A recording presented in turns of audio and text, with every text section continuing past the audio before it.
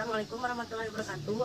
Saya Rima Mahdalena dari kelas 12 IPS 2 akan menjelaskan tentang kebijakan ekonomi politik B.J. Habibie, Gus Dur, dan Megawati. Kebijakan ekonomi politik B.J. Habibie meskipun menjabat dalam waktu yang sangat singkat, namun kebijakan politik yang diambil selama ia berkuasa cukup berdampak. Langkah-langkah yang dilakukan B.J. Habibie di bidang politik adalah memberi kebebasan pada rakyat untuk menyalurkan aspirasinya, sehingga banyak bermunculan partai politik baru, membebaskan narapidana seperti Sri Bintang Pamungkas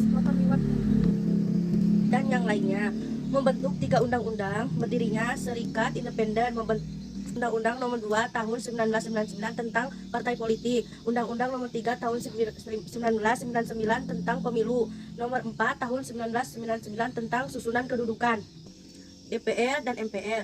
Selanjutnya, kebijakan ekonomi. Habibie berperan menekan praktik monopoli. Habibie berperan warisan Habibie Nomi untuk Indonesia. Mana sih? Habibie membebaskan tahanan politik untuk menciptakan stabilitas ekonomi. Kebijakan ekonomi politik Gus Dur. Abdurrahman Wahid atau Gus Dur adalah Presiden Republik Indonesia keempat yang memerintah dari Oktober 1999 sehingga Juli 2001, meski jabatannya hanya berlangsung 18 bulan. Perkembangan ekonomi dan politik pada masa pemerintahan Gus Dur cukup signifikan. Kebijakan politik Gus Dur diantaranya memisahkan TNI dengan Polri, membubarkan Departemen Penerangan dan Departemen Sosial karena tak bekerja dengan baik, mengganti dengan nama Iran Jaya menjadi Papua, mengakui Konghucu dan menjadikan Imlek hari nasional.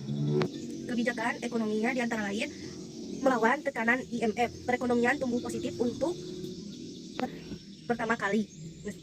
Kebijakan ekonomi politik Megawati.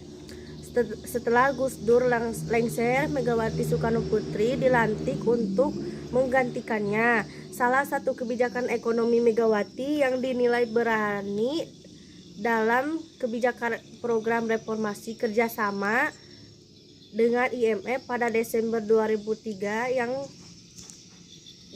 yang lalu dilanjutkan dengan perusahaan negara dan investasi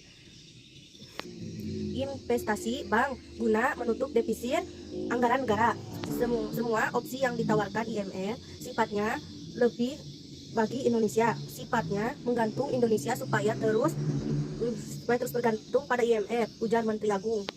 Setelah mengakhiri kerjasama dengan IMF, Megawati menerbitkan instruksi Presiden 05 tahun 2003 tentang paket kebijakan ekonomi sesudah berakhirnya program IMF untuk menjaga stabilitas ekonomi. Ada beberapa poin penting dalam kebijakan tersebut. Kebijakan perupayakan efisiensi belanja negara dan privatisasi BUMN di sektor keuangan negara. Divestasi bank di BPN, memperkuat struktur governance bank negara, bank dan asuransi